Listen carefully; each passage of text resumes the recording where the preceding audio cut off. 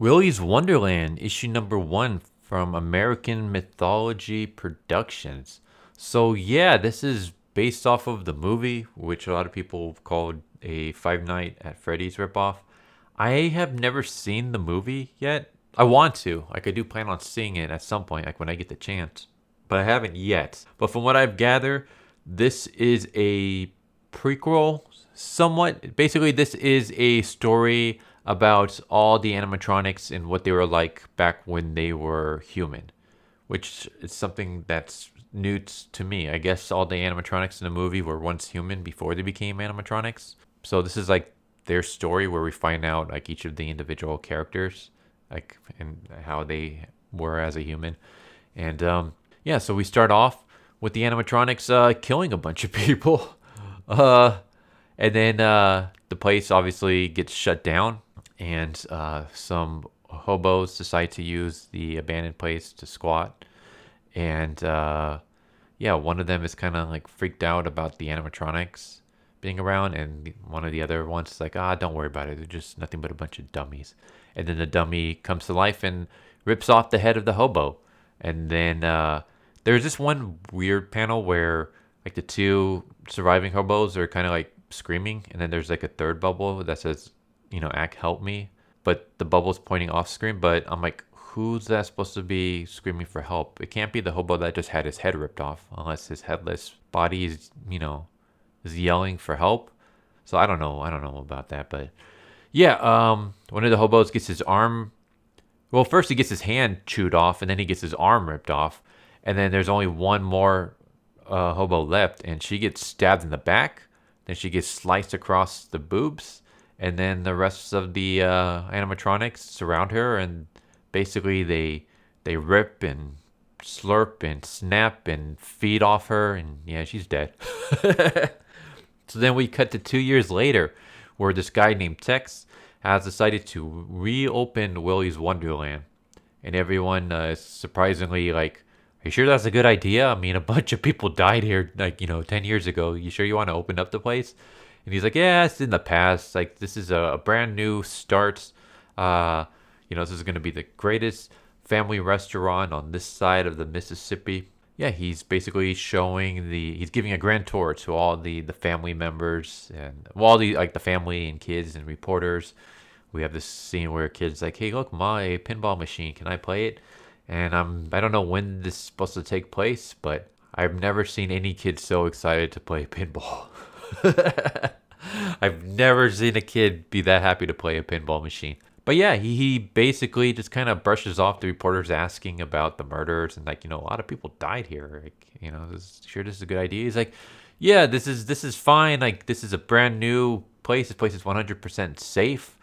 Forget about what happened in the past. I've had Jed here work and repair these animatronics, or they're good as new. They're not gonna be brutalizing anybody. But as he's giving this tour, the animatronics, one of them comes to life and smiles at a boy. Another one tries to kill this boy's dad by swinging his sword at him, but the father ducks at the last second to tie his shoe and doesn't notice. Tex notices though. He notices that the animatronics are coming to life. He's like, not now, just be patient. And yeah, one of his employees, this is after everyone has left already, one of his employees comes to basically give him a BJ, and one of the other animatronics comes to life, and he freaks out, and she gets upset because she thinks he's yelling at her, so she disappears, and she gets brutally slaughtered. And then that's when we get our flashback. Well, we get our flashback earlier, but what happens is that throughout this issue, we keep cutting between the past and the present. So the present is Tex doing the grand tour of this reopening, and the past is we see Willy, and he brutally murders a family, and he does some unspeakable thing to a little girl. I don't even want to think about what he did, but yeah, he did something. And he ends up, during the court hearing, he ends up biting the finger off one of the lawyers. So they decided to throw him in an insane asylum. While that's happening, we cut to this woman named Miss Sara. And Sara is, I'm assuming she's a teacher, and she has all her students, and she's about to do a recital. And she's trying to find Debbie. and she leaves the room to go try to find Debbie when she sees Debbie making out with her fiance Gary, and Sara just snaps and grabs an axe, and the curtains go up, and we see Sara dancing with the dead body of Debbie, whose eyes are gouged out, and then we see Gary with an axe through his throat, dead, and the kids freak out, the parents freak out, and Sara just kind of bows to the audience. And so, yeah, Sara gets thrown into the insane asylum as well, where she meets up with Willis. And Willis basically says, do you want to be friends with me? And, Sarah's like, I'm a monster. No one wants to be friends with me. And he's like, oh, we're all monsters on the inside. Some of us are just better at hiding it than others. That's all. Besides, we're not going to be stuck here for too long. And, yeah, basically, it looks like Willis has found a way to escape. And there's a little bit more, but I don't want to spoil everything. I will say this was a good issue. For someone who has not watched the movie, I wasn't really all that lost when it came to this. I mean, I guess it helps that this is like a prequel. But, yeah. I guess if you enjoyed the movie, check this out. If you didn't watch the movie, but you like Friday Nights at Freddy's, check it out. Did I say Friday Nights at Freddy's? Five Nights at Freddy's. Check it out. If you like dark comedy, like, horror comedy, check it out. Because that's basically what this is. This is basically horror and gore mixed with a lot of effed up dark comedy. So yeah, I mean, it's basically about a comic book series about animatronics killing people.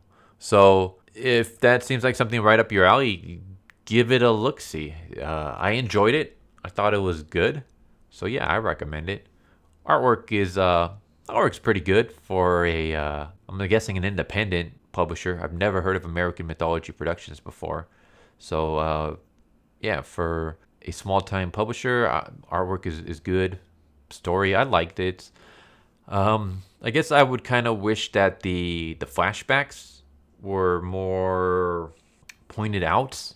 I also don't know if this is supposed to take place in the 80s or 90s, like even like the present day. I don't know when that is because I haven't seen the movie. So yeah, I guess I just would like if they did a better thing with the timeline. But other than that, it's fine. I mean, it's not like I was really lost or anything. I was able to figure it out. It's just it could have been easier. But yeah, Willy's Wonderland. It was good. I liked it. Fun issue. Again, I want to check out the movie. I will at some point once I can. I think it's on streaming service, but I don't think I have the streaming services for. Yeah, I think it's on it's like on Amazon Prime and Hulu and stuff, and I don't have those. So check out the comic. It was good. I recommend it. There you go. If you guys got any recommendations, let me know. And yeah, hope to see you guys next time. Take care, everybody. Later. So what'd you guys think of that video? I hope you guys enjoyed. If you guys haven't already, please subscribe, hit that bell for a notification, leave a like if you enjoyed the video. And if you didn't enjoy the video, thank you for watching it this far, and I hope the next video is more to your liking. Feel free to check out the playlist that you guys see, and I hope to see you guys next time. Later.